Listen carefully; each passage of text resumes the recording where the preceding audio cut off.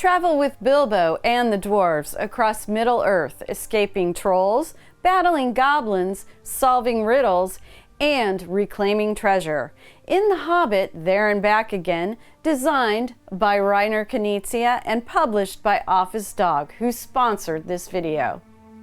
This competitive dice drafting roll and write has you exploring 8 of the most iconic challenges faced by Bilbo and the dwarves on their way to the Lonely Mountain. Hi everyone, my name is Nikki. To discover more of what you'll face on the paths to the Lonely Mountain, let's get this game down to the table to go in focus on The Hobbit, There and Back Again.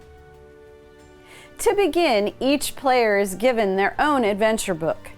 Each of the 8 chapters includes new characters, challenges, tasks, maps, and rules.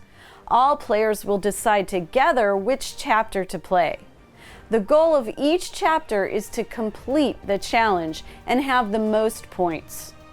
Chapters can be played in any order and even replayed as you would any board game. Some chapters have you playing with journey dice, bread tokens, and sword tokens, while other chapters have you using pinecone tokens and putting away the journey dice and using the black 12-sided die instead. Each chapter will tell you where to begin your path and which components to use and how they are used. In Chapter 1, titled An Unexpected Party, your first challenge is to gather all 12 dwarves, Thorin, and Gandalf at Bag End. Using the journey dice, all players will draft from a single roll at the beginning of a round and will draw paths, collect sword tokens, and mark bread collected from dice in your own adventure book. You may receive magical help from Gandalf. Maybe you'll do some light burglary to change to a bonus symbol.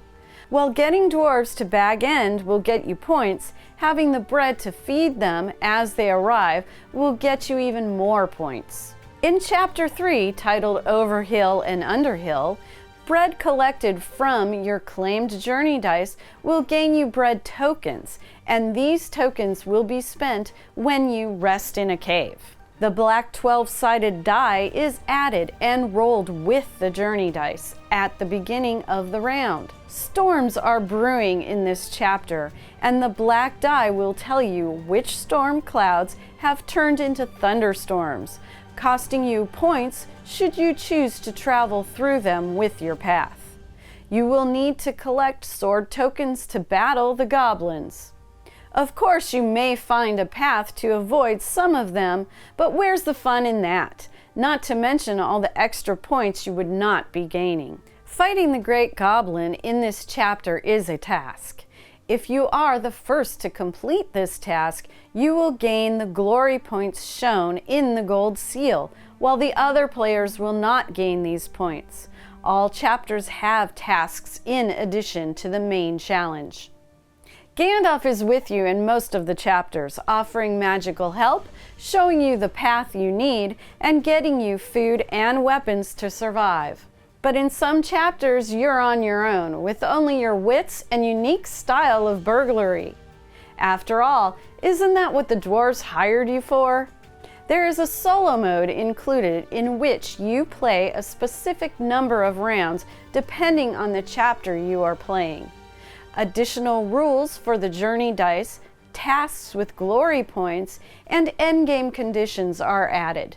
If all these chapters, challenges, and tasks were too easy, The Hobbit, There and Back Again offers a hard mode with instructions on how to alter each of the maps in each chapter. In Epic mode, combine chapters 7 and 8 by carrying over all sword and leftover bread tokens to chapter 8.